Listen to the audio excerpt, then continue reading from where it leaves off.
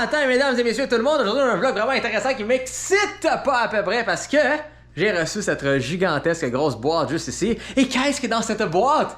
Eh bien, c'est ma nouvelle imprimante 3D. Parce qu'on a commandé une vraie imprimante 3D industrielle, construite sur mesure. Donc, c'est pas comme une Ultimaker qui coûte genre 6 000 $ pis tout. Ou c'est pas comme un Prusa qui coûte juste comme 1000 environ. C'est une très bonne imprimante 3D parce qu'on va l'utiliser pour faire plein de choses. Et c'est juste que la majorité des gens, vous êtes correct avec une imprimante 3D qui est pas aussi dispendieuse parce qu'il y a l'aspect de pouvoir patenter puis essayer des choses pis tout. Moi, j'ai pas la patience de faire ça. Ben, en tout cas, pas au niveau que je veux le faire. Donc, mon but, c'est d'avoir quelque chose qui est comme plus industriel pour qu'on puisse imprimer beaucoup de choses qu'on a besoin, comme autant des clips pour des fils, des supports pour les caméras, ou juste, je sais pas moi, des posters de fudge en 3D. Ah, des posters de fudge en 3D, ce serait cool. Comme tu sais, t'imprimes comme la feuille avec la face de fudge qui ressort, là. Peut-être. Nice. Ok, non, monte fudge. Fudge. Oui, on te déplace pour ce vlog. On pourrait aussi imprimer une armure de chat. J'ai vraiment vu un modèle 3D d'une armure pour chat qui pourrait se protéger contre les filins ratons. Je tiens à réitérer que s'il dort sur une serviette, c'est pas parce qu'on le trouve sale, c'est juste parce qu'il aime dormir sur les serviettes. Non, parce que si on mettrait une serviette parce qu'on le trouve sale, ce serait bizarre de garder son anus pas sur la serviette. Il passe ses griffes, là. Grosse boule. Donc oui, on pourrait même aussi imprimer des affaires pour Fudge. Donc, le plan c'est quoi? Ça c'est la grosse imprimante qui est ici.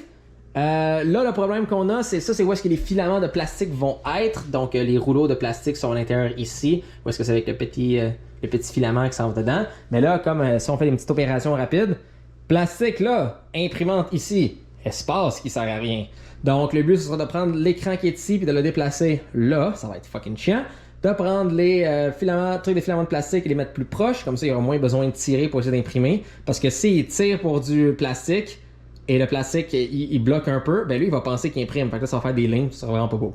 Donc, ça, c'est des petits détails de même. Fait qu'on va déplacer l'écran là, on va mettre ça ici sur le côté, on va prendre la grosse boîte, on va l'ouvrir, on va domper l'affaire ici, puis on va faire des tests. Là, j'avais fait un petit sondage sur mon Instagram qu'évidemment vous suivez tous. Et c'est drôle parce que c'était comme 70% des gens qui voulaient plus voir qu'est-ce qu'on peut faire avec une imprimante 3D que comment ça marche une imprimante 3D.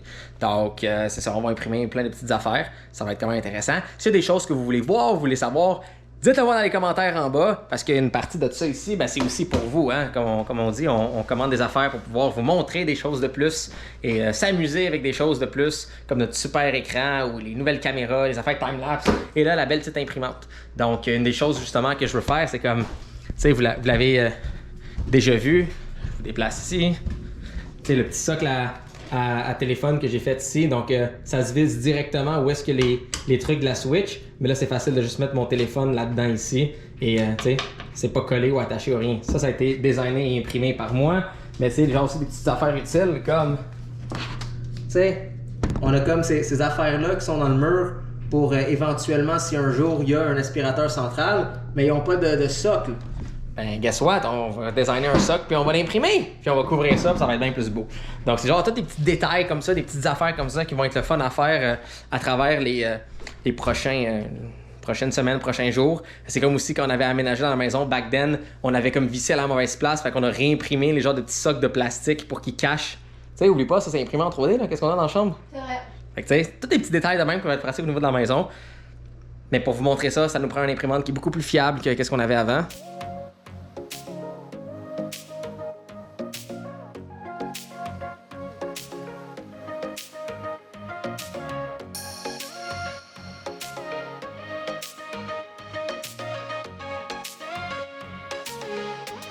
Je passe vraiment un très mauvais après-midi.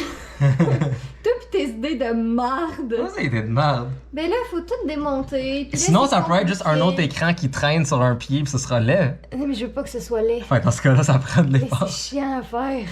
Parce On, que là, on voulait que les tables ici tiennent pas sur des pieds, puis qu'ils fait juste comme tenir sur rien, là, tu sais. Ça... Parce que là, on pouvait pas déplacer l'écran d'un bout à l'autre, fallait tout le défaire. Non, parce qu'il y a les supports dans les chemins. C'est Il ça. faut comme le démonter, mais le remonter, mais ça avec Puis là, les tables sont vissées, puis on veut pas les défaire. Parce qu'il y a quand même des choses très lourdes qui vont là-dessus, fait qu'on veut pas. Ben, c'est ça, dans le fond, on veut pas chier le bois. C'est ça.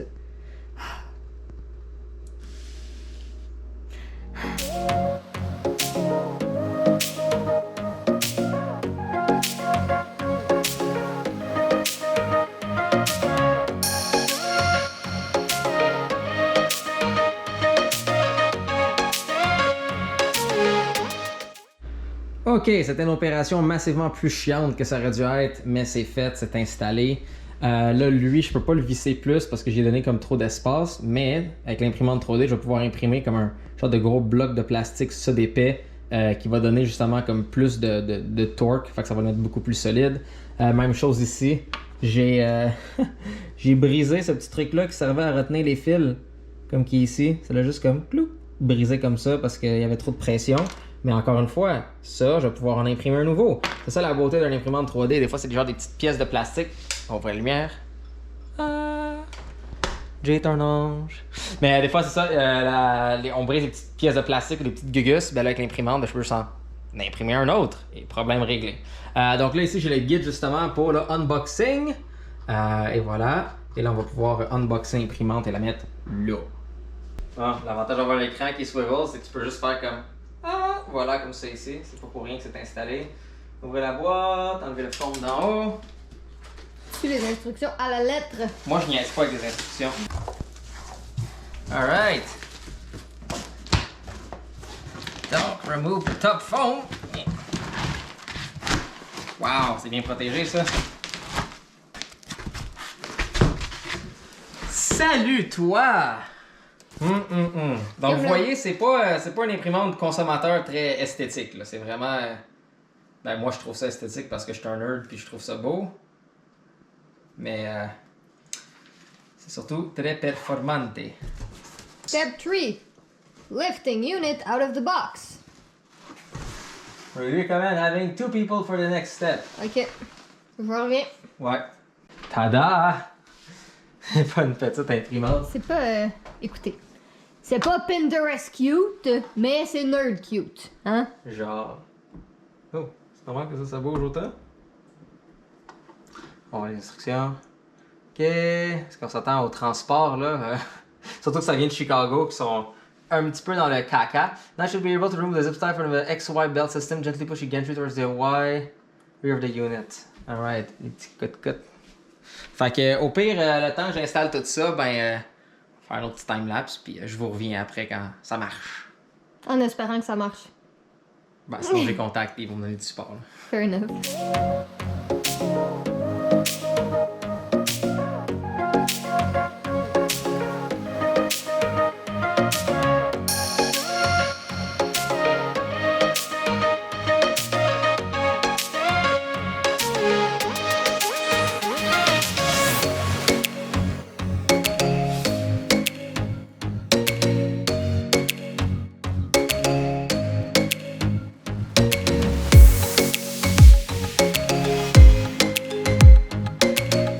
Ok, ça sort là. Good. On prend les petites pinces qui sont logiquement à terre parce que c'est l'endroit qu'ils doivent être. Et ça met à terre. Bon, on est dans l'échelle. Ah, le voilà. Ok. On va enlever ça. On va éclairer le tout. Et là, on va aller repartir ça dans la marine. Job, Benchy, oui. Bon, je fais un petit miam-miam, ça fait du bien. Revenons à nos moutons ici. Donc, vous allez voir clairement qu'est-ce que je veux dire par un mouvement bizarre et pas normal si je vous montre ça ici. Donc, vous voyez comment lui de gauche est parfaitement droit et stable. Mais lui ici, il bouge. Pas super, on le voit bien en haut aussi. Donc, tu sais, ça c'est le genre de choses qui peut s'endommager dans le shipping. Peut-être c'est une pièce qui doit être changée, peut-être c'est juste un truc que je peux dévisser. C'est la réalité de la chose. Mais, yep, pour l'instant, je vais essayer de voir si même de même je suis capable d'imprimer quelque chose qui fait du sens. Puis c'est ça, on va essayer de faire des tests, puis sinon ben, je vais contacter la compagnie, puis on va voir si ça va être correct ou non. Donc, on est une couple de jours plus tard, je voulais vraiment prendre la peine de tout checker ça, de patenter ça et d'avoir un meilleur consensus sur l'imprimante. Donc, en résumé, l'imprimante que j'ai, c'est une imprimante de la compagnie Project Red. Compagnie, c'est un grand mot, c'est une gang de dudes experts là-dedans. Project Art 3D, là, ça s'écrit comme ça. Et ça, c'est la nouvelle imprimante, la Deadless.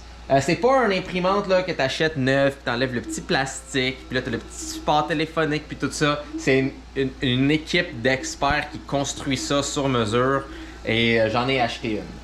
Pourquoi? Parce que c'est ce qui répondait le mieux à mes besoins, parce qu'une imprimante équivalente en termes de grosseur et fonctionnalité comme ça, ben ça coûte comme 7000 à 8000 $ dans une compagnie comme Ultimaker, qui va t'offrir plus de support, qui va t'offrir comme plus de... On te prend par la main, tu peux même acheter leur propre filament, ça le scanne, ça met tout exactement les bons settings, mais c'est ça, c'est comme 7-8000 $. J'ai pas envie de mettre 7-8000 $ pour une imprimante. Celle-là a coûté environ 3000 et quelques Canadiens avec shipping puis tout le kit. Donc, numéro 1, qu'est-ce qui s'est passé? Oh, il y a un des moteurs dessus qui est croche. La malchance de Jay. La malchance de Jay habituelle qui reçoit de quoi pendant le shipping. Je l'ai confirmé avec les personnes de la compagnie. Ils ont un Discord vraiment génial avec les autres personnes qui l'ont acheté. Puis j'ai mis vraiment la vidéo, puis on voit le moteur qui bouge comme ça. Puis il est comme, ton moteur est arrivé genre brisé au shipping. Donc on va t'en envoyer un autre. La chose, c'est que cette imprimante-là est tellement bien construite, tellement un tank, que même avec un moteur croche qui bouge comme ça, ça a réussi à bien imprimer. C'est une des choses qui est vraiment fantastique avec, c'est que c'est vraiment sa coche. Donc, les problèmes qu'on a eu initial quand on imprimait, c'était surtout au niveau comme des ajustements pour le plastique qui était utilisé, puis j'ai mis une qualité qui était trop grosse, puis tout. Mais j'ai fait des ajustements.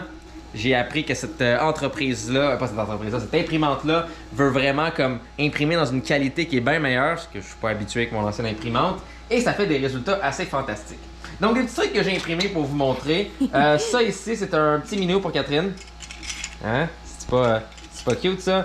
Donc c'est vraiment un petit minou qui est articulé. Et ça, c'est vraiment imprimé comme ça ici. Donc les joints sont vraiment faits au moment que ça imprime. Donc je m'étais dit autant faire des tests que j'allais le faire avec des minous pour que Catherine soit heureux. Un autre exemple de truc pour tester la qualité, ça s'appelle un Benchy. Donc ça, c'est un petit bateau, comme vous voyez, qui a été imprimé. Ça, c'est en qualité moyenne. La qualité est quand même vraiment bonne. On voit au niveau des arches ici, c'était pas super. On le voit mieux peut-être comme ça. On le voit pas très bien. Mais en tout cas, ça, c'est le genre de chose. Ça, c'est le genre de truc que si je mets moins d'aération au moment qui fait l'arche, eh bien ça va mieux solidifier, ça va mieux le faire. Mais c'est ça, ça permet de voir comme c'est quoi qu'il y a des problèmes, c'est où les ajustements, c'est où ces petites choses-là. Mais sinon, malgré tout, comme la qualité est super belle, là, c'est cute en titi. J'ai imprimé aussi ces petits minous comme ça. Donc j'ai des petits minous, j'en ai Catherine un sur son bureau, j'en ai un autre là. Ouais, j'ai mon téléphone. Donc si je tasse toutes ces petites affaires-là, puis je mets les petits minous ici.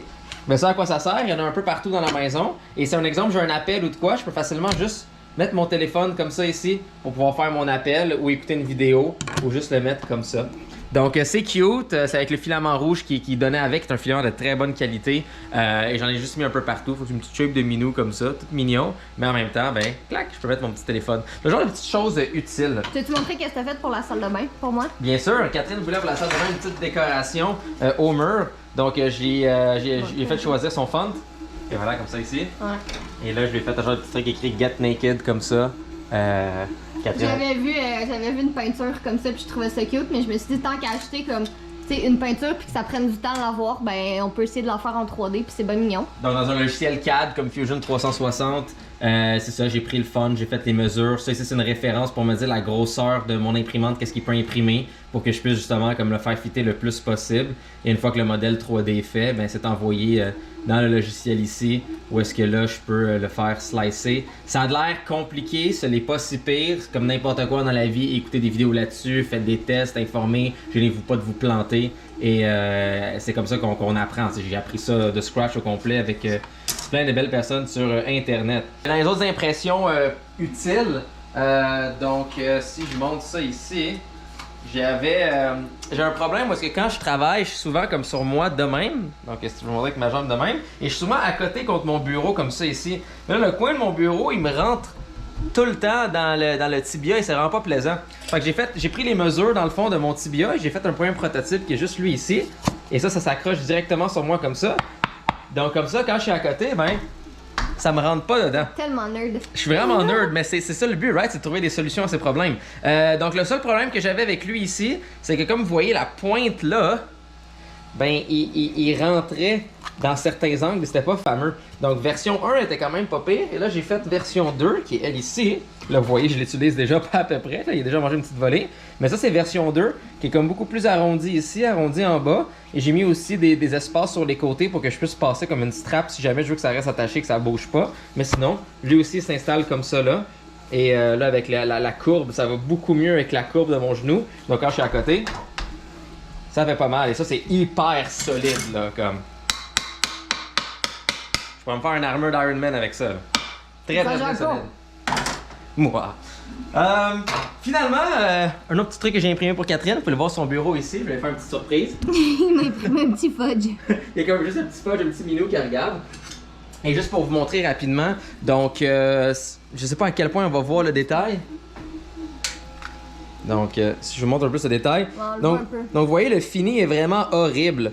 Et la raison à ça, c'est que j'ai utilisé un plastique noir que ça fait comme 2 ans que j'avais, qui est pas un plastique de très bonne qualité. Et ça, c'est la première impression que j'ai faite avec. Donc vous voyez les petites waves. Donc c'est le genre de choses qui peut être ajusté par la température est un peu trop haute. On va rajouter des layers de plus. Puis on va patenter ça pour essayer d'avoir un meilleur fini. Et le meilleur exemple, c'est lui ici.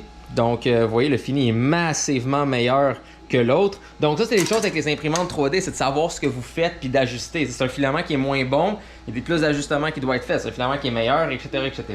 Dernière chose que je vous montre avant qu'on finisse cette vidéo. Là, si vous vous offusquez facilement, regardez pas, ok? Je vais vous dire quand vous pourrez regarder. Les mamans, là, qui n'ont pas encore eu des conversations avec leurs enfants, fermez leurs yeux. Et peut-être même aussi leurs oreilles. Good? Vous regardez pas?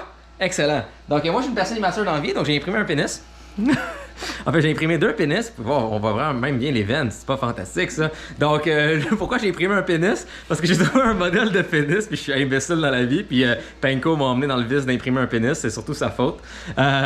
Et dans le fond, je voulais vraiment voir le niveau de détail. On peut vraiment voir comme les détails sur les bases sont fantastiques. Et tout. C'est bon, là, vous pouvez regarder. Vous pouvez regarder. Oui, good, excellent. Donc, c'est vraiment pour tester, justement, d'imprimer plein de petites différentes affaires.